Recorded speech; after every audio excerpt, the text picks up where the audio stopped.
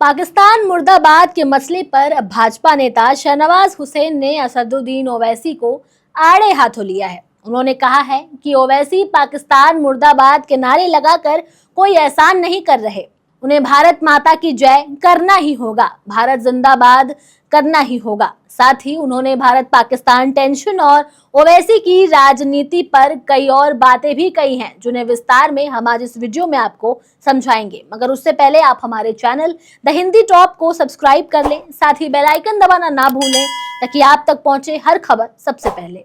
इतिहास गवाह है कि देश में जब भी सीमा पर तनाव बढ़ता है, पाकिस्तान की ओर से आतंकी गतिविधियों की खबरें आती हैं, तब पूरा भारत एकजुट होकर देश के साथ खड़ा होता है।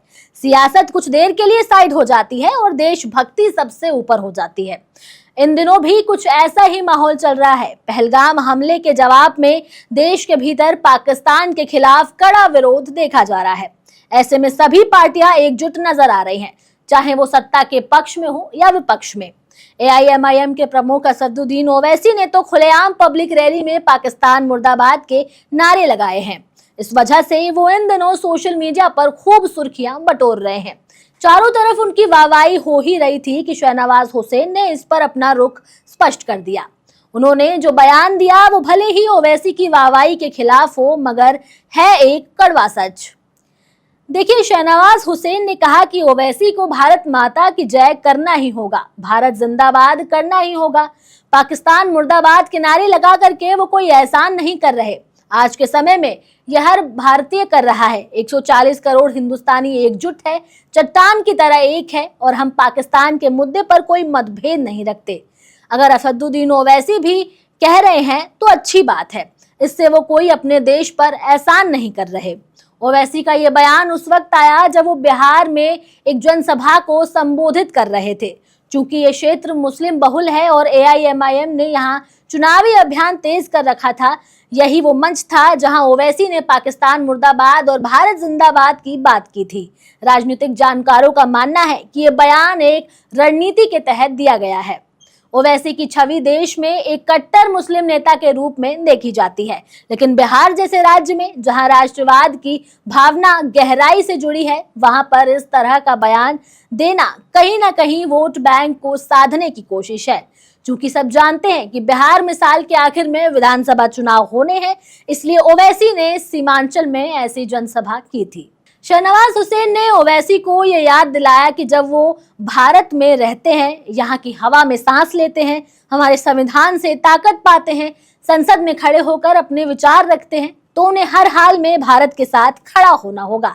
साफ शब्दों में उनका कहना था कि देश जब युद्ध जैसी परिस्थिति से गुजर रहा हो, जब पाकिस्तान के खिलाफ एक साथ आवाज उठ रही हो, तब किसी को ये सोचने की जरूरत नहीं कि वो कौन सी पार्टी है, किसका समर्थन कर रहे हैं, उनका क्या मजहब है।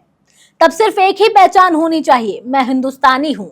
शहनवाज हुसैन ने उन लोगों को भी आड़े हाथों लिया जो पाकिस्तान के खिलाफ किसी भी सैन्य कार्रवाई या फिर सख्त रुख को धर्म के चश्मे से देखते हैं। उन्होंने कहा कि आतंकवाद का कोई धर्म नहीं होता और पाकिस्तान ने आतंक को धर्म का नाम देकर पूरी दुनिया को गुमराह करने की कोशिश की है। उन्होंने साफ कहा कि जैश ए मोहम्मद, लश्कर तैयबा जैसे संगठनों के नाम सुनिए, क्या ये हमारे पैगंबर के नाम पर आतंकी संगठन बना सकते हैं? ये तो इस्लाम का अपमान है।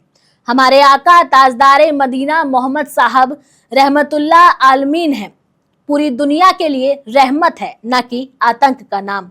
अब हाल ही में सेना की एक प्रेस कॉन्फ्रेंस की तस्वीर वायरल हुई थी, जिसमें कर्नल सोफिया कुरैशी और विंग कमांडर व्योमिका सिंह एक साथ खड़ी थी। इस तस्वीर को देश की गंगा जमुना तहजीब और महिला सशक्तिकरण का प्रतीक बताया गया। शहनवाज हुसैन ने इस तस्वीर का हवाला देते हुए कहा कि ये वही भारत है जहां एक मुस्लिम महिला अफसर और एक हिंदू महिला अफसर कंधे से कंधा मिलाकर देश की सेवा कर रही हैं।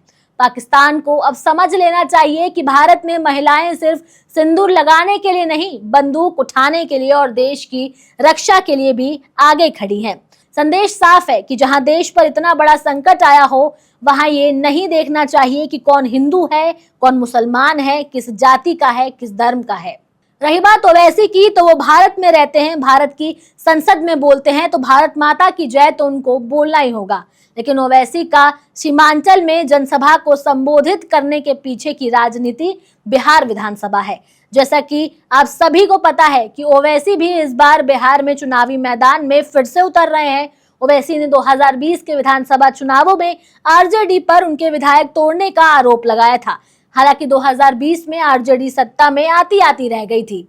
अब बिहार में फिर से चुनाव होने हैं और ओवैसी ने ढाका से मुस्लिम वोटों को अपने खेमे में करने के लिए तैयारी शुरू कर दी है। ओवैसी का भाषण देना, पहलगाम हमले पर बोलना एक रणनीति का ही हिस्सा था। वो इस बार बिहार में अपने पूरे 24 उम्मीदवारों के साथ मैदान में उतरने की तैयारी में है। ऐसे में देखना दिलचस्प होगा कि 17% आबादी वाले मुसलमान किस ओर करवट लेंगे और इस बार के चुनाव में कौन सी पार्टी फ्रंट फुट पर खेलेगी। आज के लिए बस इतना ही। आपको ये वीडियो कैसा लगा, आप हमें कमेंट सेक्शन में अपने विचार जरूर दें। मैं आपके साथ तनु चतुर्वेदी, कैमरे के उस पार मेरा साथ दे रहे थे, मेरे साथ शिव कुमार। ऐसे ही और तमाम खबरों के लिए सब्सक्राइब करें हमारे चैनल द हिंदी टॉप को। साथ ही हमें एक्स यानी ट्विटर, फेसबुक और इंस्टाग्राम पर भी फॉलो करें।